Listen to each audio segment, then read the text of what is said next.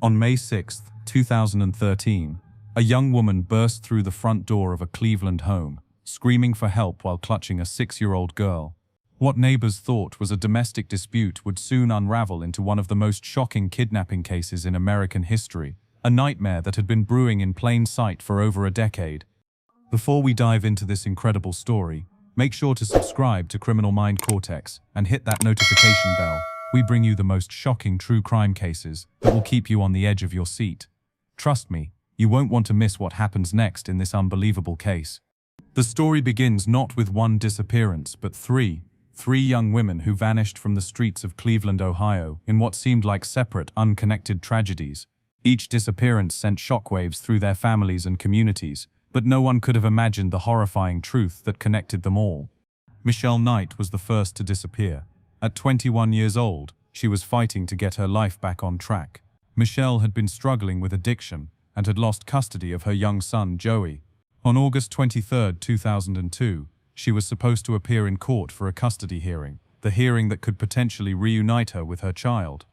Michelle had been staying at various shelters and friends' houses, trying to piece together the fragments of her broken life. That morning, she was determined to make it to court. She had been clean for months and was desperate to prove she could be the mother Joey deserved. But Michelle never made it to that courthouse. She was last seen on Seymour Avenue, one of Cleveland's busiest streets, trying to find her way to the courthouse.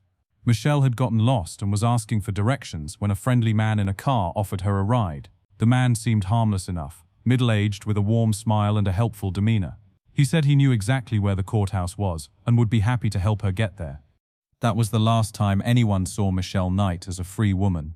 When Michelle failed to appear in court, many people assumed she had simply given up. Her troubled past made it easy for some to believe she had relapsed and disappeared into the streets. Even some family members thought she might have run away rather than face the pressure of the custody battle.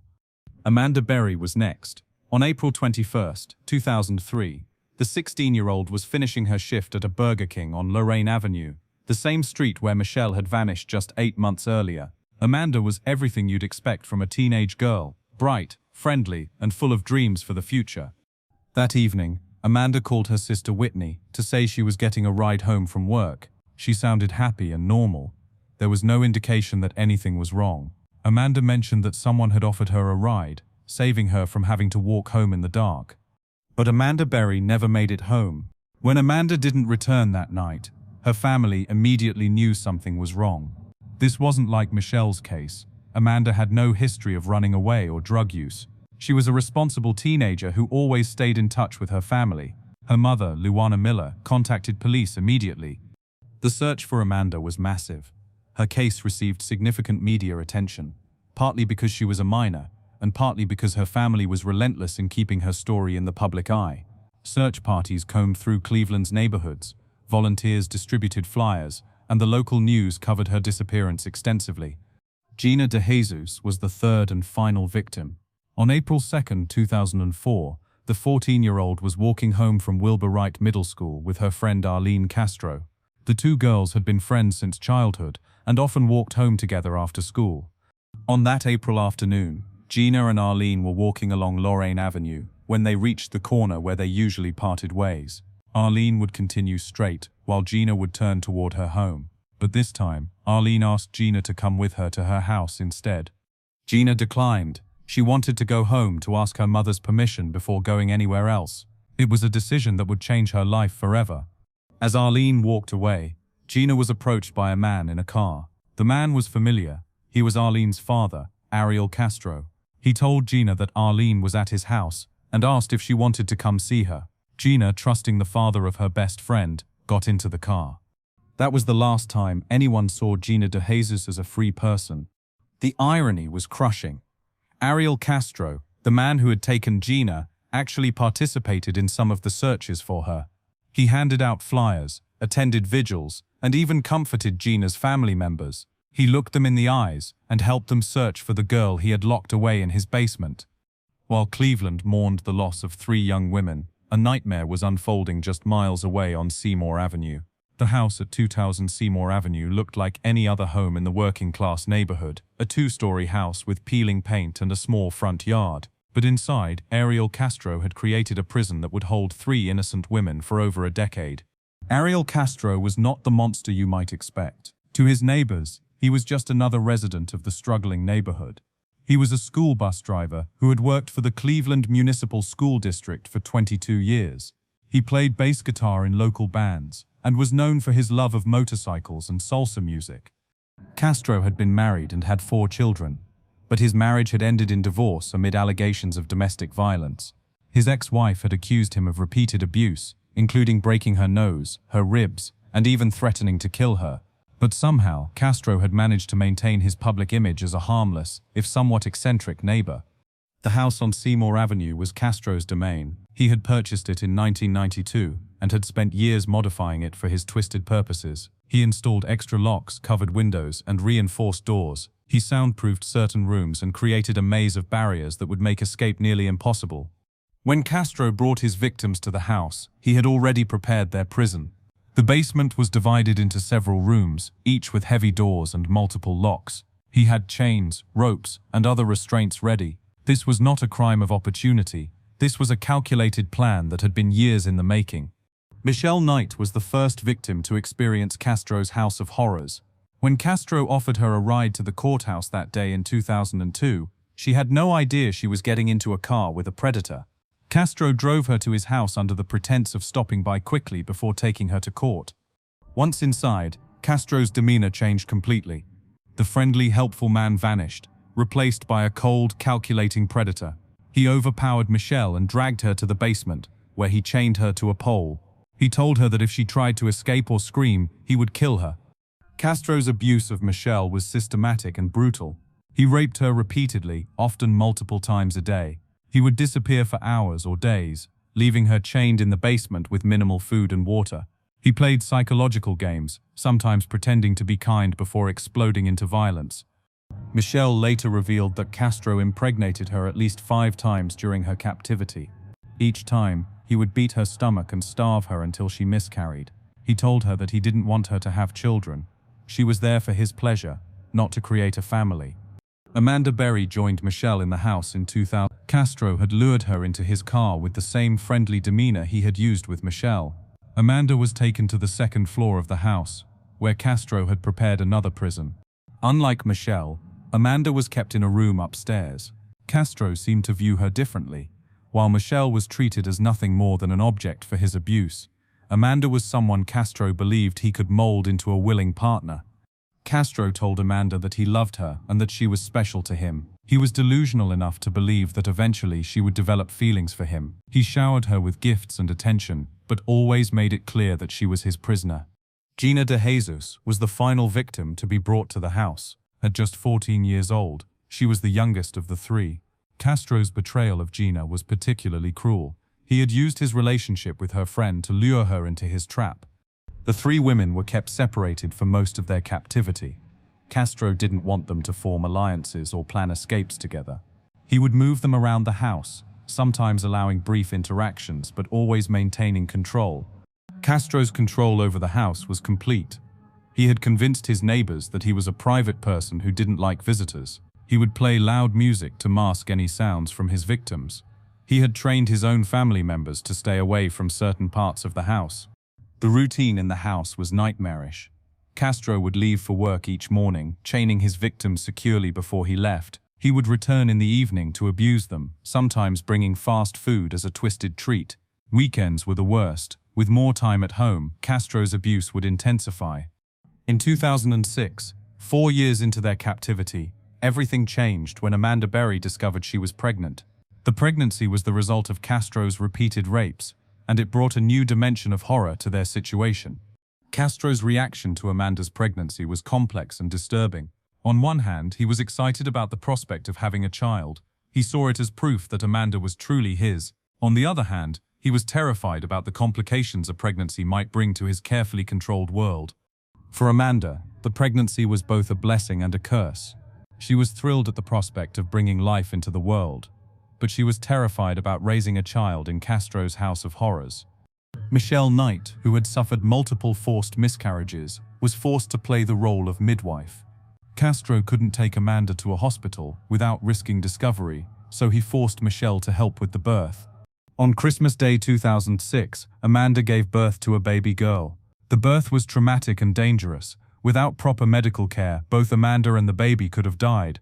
But Michelle's help, combined with Amanda's strength, brought the child safely into the world.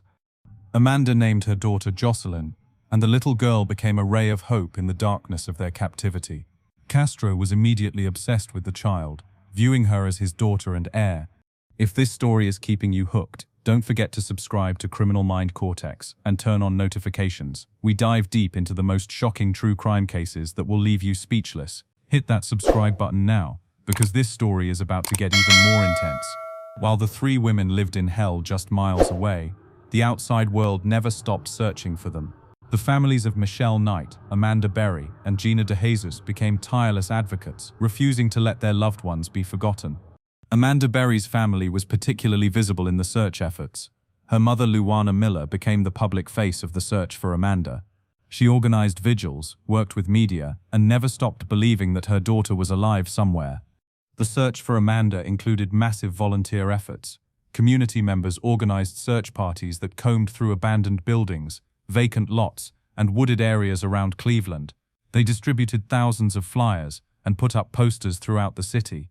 Gina DeJesus's family was equally determined to find their daughter. Her parents became fixtures at community events and vigils. They worked closely with Amanda's family, recognizing that their cases might be connected. One of the most heartbreaking aspects of the search for Gina was the involvement of Ariel Castro himself.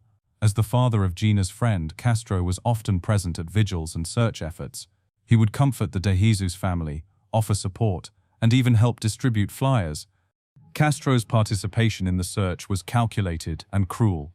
He would look directly into the eyes of Gina's parents and offer them hope, all while knowing that their daughter was imprisoned in his basement. Michelle Knight's case received less attention than the others, partly because of her age and partly because of her troubled past. Many people assumed that Michelle had run away or had met with foul play related to her lifestyle.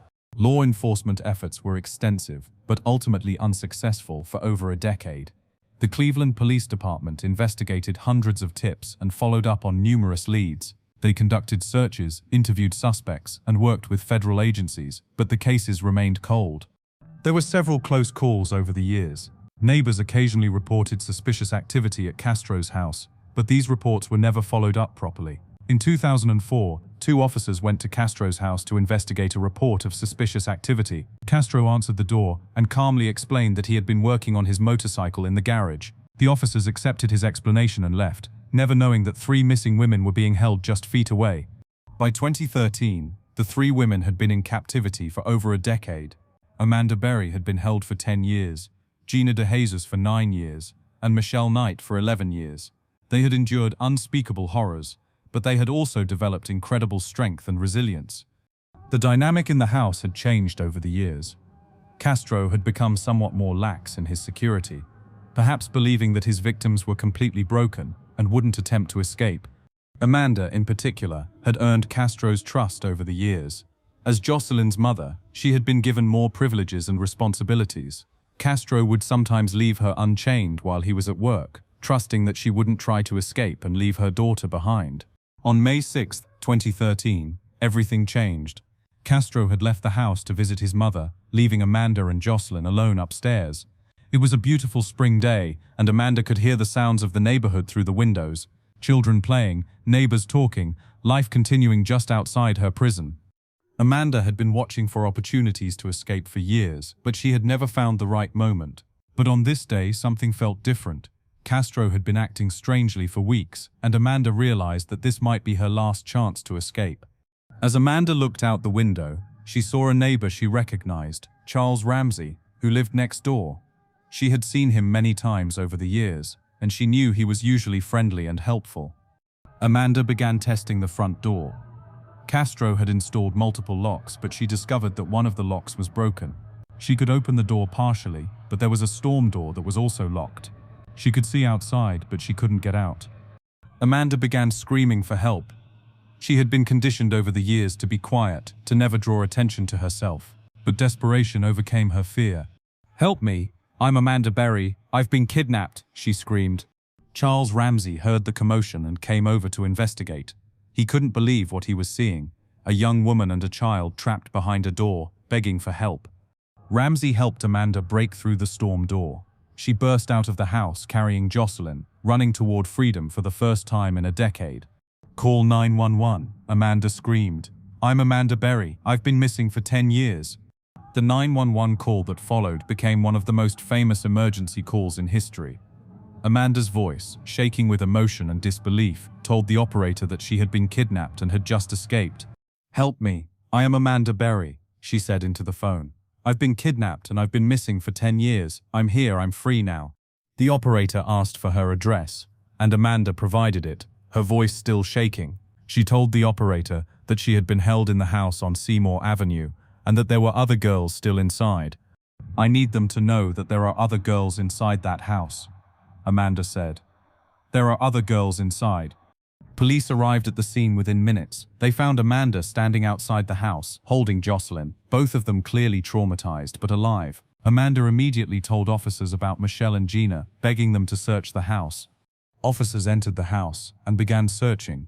They found Michelle and Gina in separate rooms, both chained and clearly malnourished.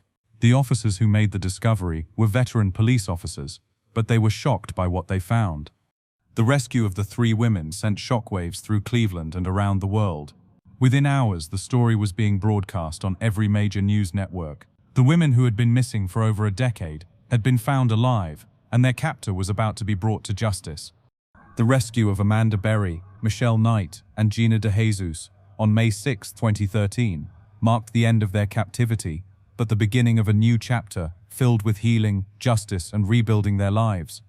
The immediate aftermath was chaotic and overwhelming.